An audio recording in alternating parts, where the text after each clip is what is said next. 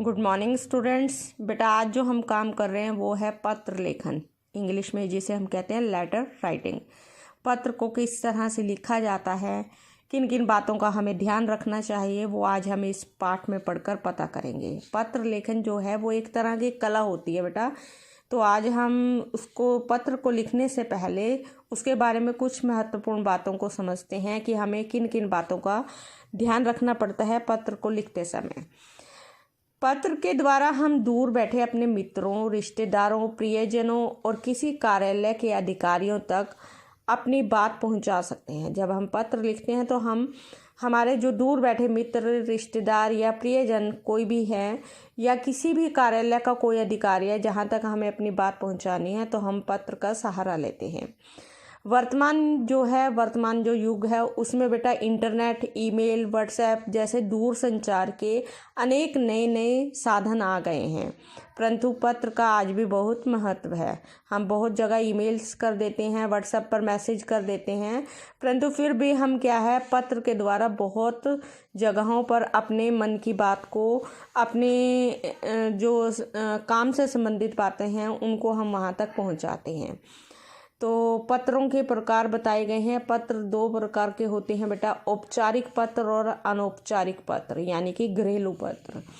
तो औपचारिक पत्र कौन से होते हैं बेटा? औपचारिक पत्र वो होते हैं, यह पत्र उन लोगों को लिखे जाते हैं जिनसे हमारा रिश्ता नाता नहीं होता, जो हमारे रिश्तेदार नहीं हैं, जो हमारे मित्र नहीं हैं। किसी कार्य या उद्देश्य की पूर्ति के लिए यह पत्र लिखे जाते हैं, जैसे कि प्रधानाचार्य जी को पत्र। हम जैसे स्कूल में अपने प्रधानाचार्य जी को पत्र लिखते हैं अवकाश के हेतु, फीस माफ़ी के लिए, ज़रूरी काम के लिए, स्कूल में पानी की, पेयजल की व्यवस्था करवाने के लिए, खेल का सामान मंगवाने हेतु, बहुत सारे कार्य होते हैं जिनके लिए हम अपने प्रधानाचार्य को प्रार्थना करते हुए पत्र लिखते हैं। अगला है बेटा संपादक। संपादक कौन? अखबार के जैसे संपादक होते हैं, उनको हम पत्र लिखते हैं। ठीक है, इसी तरह से हम या प्रकाशक को जैसे पुस्तक मंगवानी है तो उसके लिए हम प्रकाशक को पत्र लिखते हैं।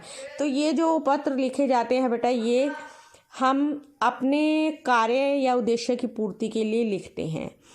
अगला पत्र है बेटा हमारा अनौपचारिक पत्र, या जिसे हम घरेलू पत्र भी कहते हैं। ऐसे पत्र हम सगे संबंधियों को, मित्रों को और प्रियजनों को ही लिखते हैं।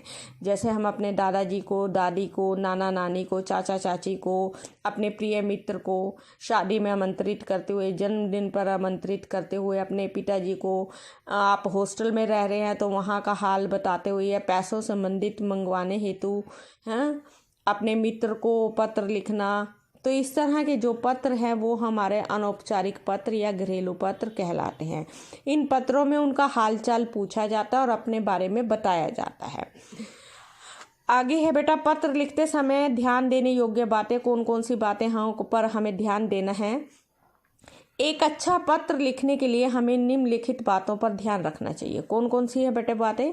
पत्र की जो भाषा है वो सरल और सहज होनी चाहिए। ऐसी भाषा का प्रयोग करें जो आसानी से दूसरे को समझ में आ जाए। दूसरा है बेटा वाक्य छोटे होने चाहिए और स्पष्ट होने चाहिए, जिनका भाव आसानी से समझ में आ जाए, और छोटे वाक्यों का हमें प्रयोग करना चाहिए। अगला है बेटा विराम चिन्हों का जो प्रयोग है वो सावधानी पूर्वक करना चाहिए। जहाँ पर विराम चिन्ह जो आना चाहिए हमें वही लगाना चाहिए, जिससे उस बात का, उस वाक्य का भाव पढ़ने वाले को आसानी से, पाठक को समझ में आ जाए।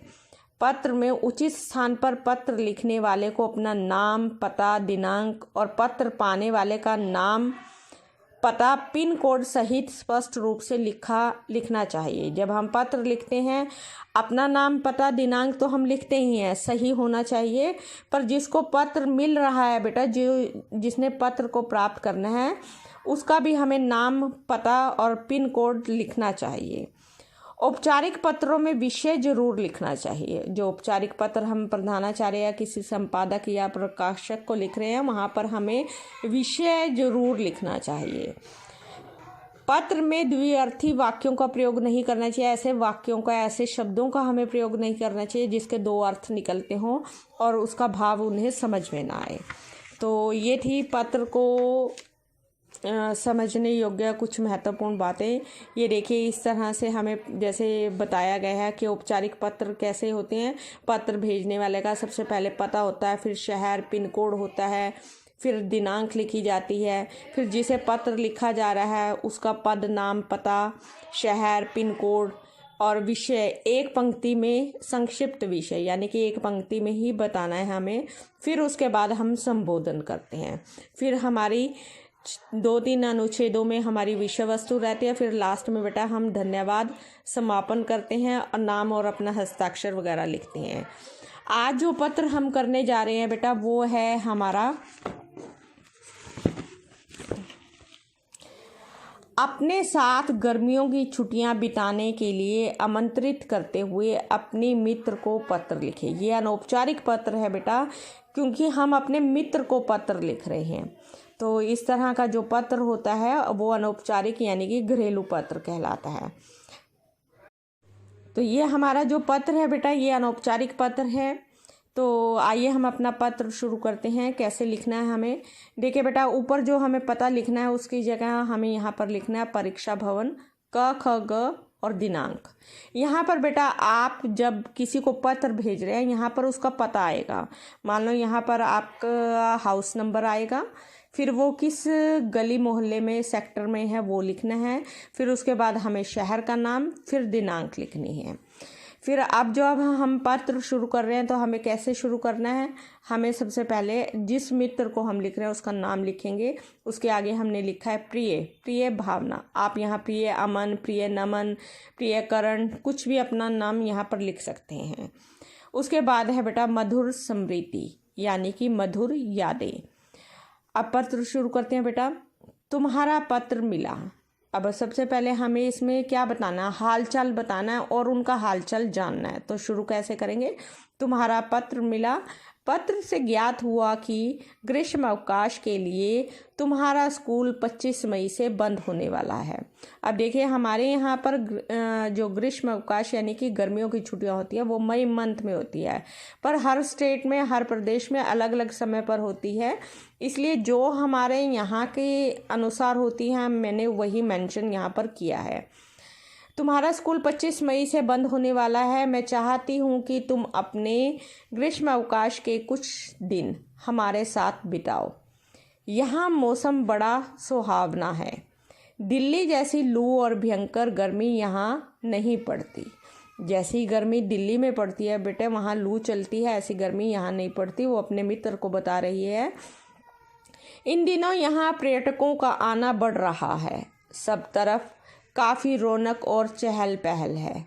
अगले सप्ताह से यहाँ वार्षिक खेलों का आयोजन हो रहा है। इसके अतिरिक्त कुछ सांस्कृतिक कार्यक्रम भी आयोजित होने वाले हैं। तुम आओगी तो बड़ा मज़ा आएगा। हो सकता है मैं भी संगीत कार्यक्रम में भाग लूँ। भावना, तुमने वायदा किया था कि तुम ग्रीष्म अवकाश में मेरे पास आओगी। हम लोग जाखू और दूसरी जगह घूमने चलेंगे, साथ में शॉपिंग भी करेंगे। तुम अपने आने की तिथि की सूचना जल्दी ही देना। अब उन्होंने अपने जो फ्रेंड है उनको वहाँ का हालचाल बताया है कि देखिए यहाँ पर जो मौसम है वो काफ़ी अच्छा है। यहाँ पर वार्षिक खेलों का आयोजन होने वाला है, कुछ सांस्कृतिक कार्यक्रम भी होंगे, मैं भी उसमें भाग लूँगी। अगर तुम आओगी तो मुझे भी बड़ा अच्छा लगेगा, बड़ा मज़ा आएगा, क्योंकि तुमने मुझसे वादा भी किया था। और हम लोग जो जाखू, शिमला में जाखू का जो मंदिर है वो फेमस है बेटा, वहाँ प्रसिद्ध है। और वो कहती है कि मैं दूसरी जगह हम वहाँ पर भी घूमने चलेंगे और साथ में क्या करेंगे, शॉपिंग भी करेंगे। और तुम अपने आने की जो तिथि है उसकी मुझे सूचना जल्दी देना। मैं तुम्हारे पत्र और तुम्हारे आने की प्रतीक्षा करूँगी। देखिए हमें इतनी लाइन्स में ही अपने अनुच्छेद को, अपनी बात को कंप्लीट करना है। चाचा जी को मेरा प्रणाम कहना, बड़े भैया को नमस्ते, तुम्हारी मित्र। यहाँ पर आप बेटा अपना नाम लिखोगे। बॉयज़ हैं तो तुम्हारा मित्र आ जाएगा, उसी के हिसाब से आप अपना पत्र लिखोगे। तो लड़के जो हैं वहाँ पर यहाँ पर जो नाम है वो भी उसके हिसाब से लिखेंगे और यहाँ पर तुम्हारा मित्र हो जाएगा। ठीक है, ये था बेटा आज जो मैंने आपको करवाया है पत्र, ये है अनौपचारिक पत्र। तो आप इसे अपनी कॉपी में राइट कर लेंगे। धन्यवाद।